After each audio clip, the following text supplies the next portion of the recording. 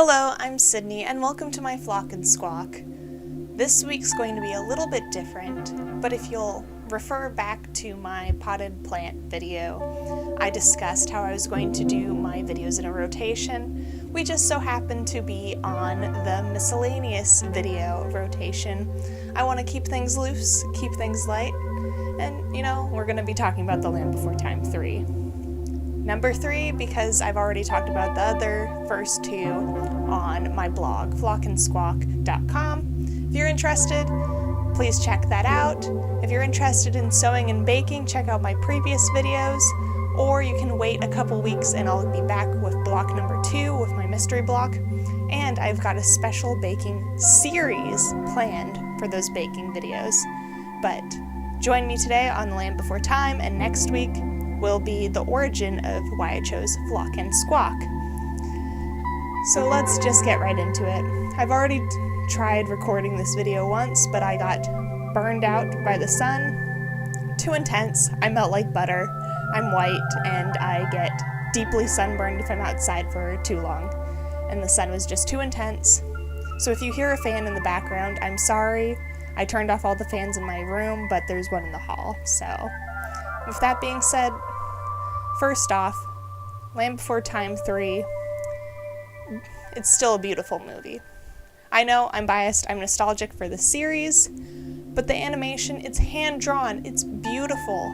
I don't care who you are, there's some level of painterliness and just pure art to be found in animation, even if it's not the highest quality, even if it's made for video. I just genuinely love the look and the aesthetic of these Land Before Time movies. The first one definitely stands out. It's of a different caliber. It's kind of telling a completely different narrative than the rest of the movies. First movie is very much standalone in its way. The rest of the movies, I think it's 15 now.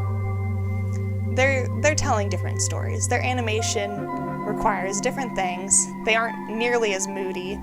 And this is a perfect example, prime, beautiful animation in my opinion. I think it's perfect for what it is.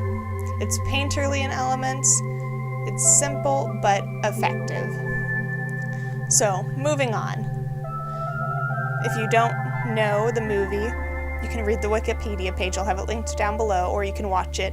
I watched it on Amazon Prime. They had it for free with ads. So, not the worst way to view it.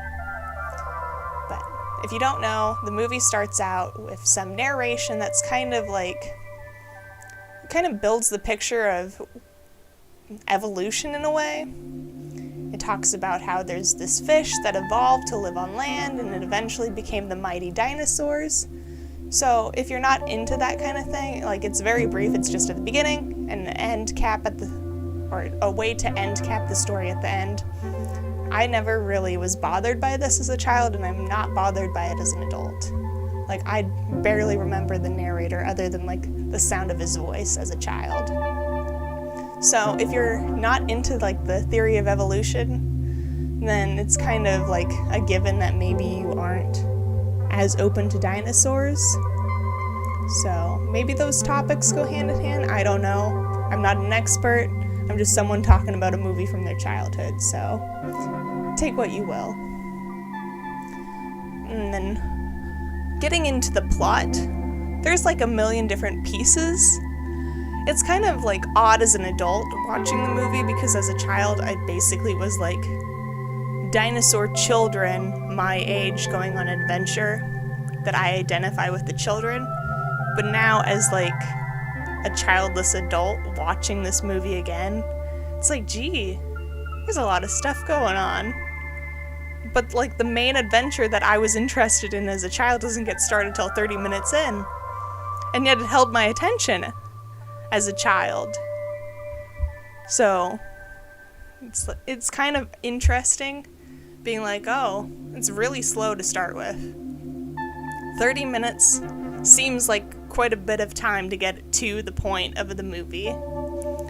But there's the bullies versus the children. The adults versus other adults. the dinosaurs that we know as like friendly dinosaurs versus like the aggressive animalistic dinosaurs that want to eat each other. And there's also the good dinosaurs versus nature.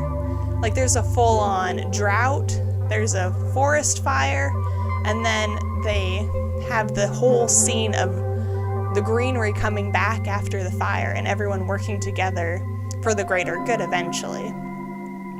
And the most notable part of the movie to me, which I kind of went into these movies expecting them not to have aged that well.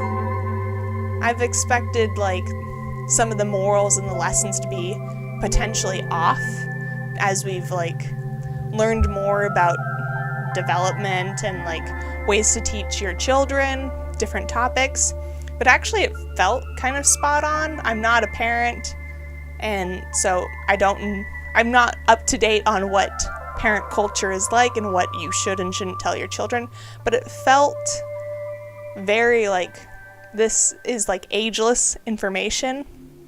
There's a scene between two adult dinosaurs on how to treat your child. One of the dinosaurs is one that we know constantly. He's a reoccurring character. He is a triceratops. His daughter is one of the main child dinosaurs that we follow, Sarah. He is constantly, throughout the first movies, seen as like this kind of aggressive dad. He's kind of at odds with the long-necked dinosaurs. He's kind of old school in a way. But throughout the movie, he's kind of like bossing around his daughter. And then there's a point where he realizes that that's not the way to talk to his daughter. He realizes this when one of the bully dinosaurs, the bully's parent, yells at the bully and tells him, you know, what are you doing? He's very aggressive. He's very angry at his son. And so Sarah's dad steps in and is like, hey, you know, you shouldn't just be angry at your son. Like, this is a lesson that needs to be learned. What are you teaching your son if all you ever do is yell at him? What are you teaching him if all you ever do is yell and are angry at him? And the other parent dinosaur is like, how would you know? And Sarah's dad opens up of like, I have a daughter and I've realized that I yell at her way too much. That's no way to treat a child. How will they express themselves if you only teach them how to express anger? And like, whoa, that's not something you expect out of like a children's movie about dinosaurs that was direct to VHS in 1995. Maybe you expect it, but I wasn't expecting it because that kind of stuff like didn't stick with me. You gotta remember that I was like 6, 7 watching these VHS tapes when I was a child, so like that didn't stick with me. But as an adult, it's like, yeah, it's a great lesson. Not only was it like a laid back like dinosaur adventure, I mean it is aimed for kids, but yeah, it is a dinosaur adventure. So I am like, yeah, cool. Dinosaurs, even though we've learned like these aren't quite accurate depiction of dinosaurs, but perfect example of like what I think of as a dinosaur, what most people might think of as a dinosaur. Beautiful movie. And then it hits you with this like great point that you need to be understanding and you need to show a whole range of emotions to your children so they know what each emotion looks like and how to address that. You can't just yell at children all the time and expect them to be okay. So, with that sort of like really struck a chord with me, because that's not something I ever thought of as a child. But as an adult, it's like, yeah, you gotta show kindness.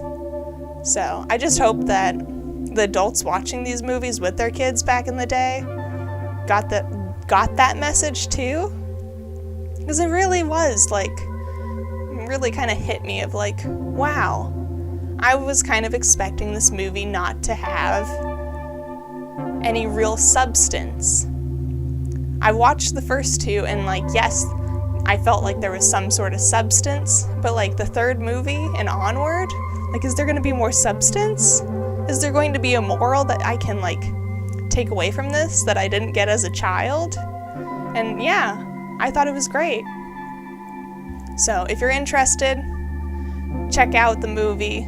I know it's like 25 years old. 26 years old. But, you know, it's great. I thought it was like a easy afternoon watch. I did, you know, check my phone and stuff during the middle of it, but I didn't miss anything. And I thought it was great. Watch it with your kids. Let me know as a parent, how does it make you feel? But with that being said, thank you so much for watching this sort of off-the-wall video. I will be continuing this series on Land Before Time, but I might compact a couple movies together. And if you want to watch, or if you want to hear more from me about the first two Land Before Time movies, my thoughts aren't very original. It's over on my blog.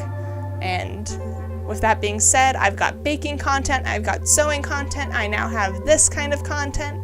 So let me know what you like the most.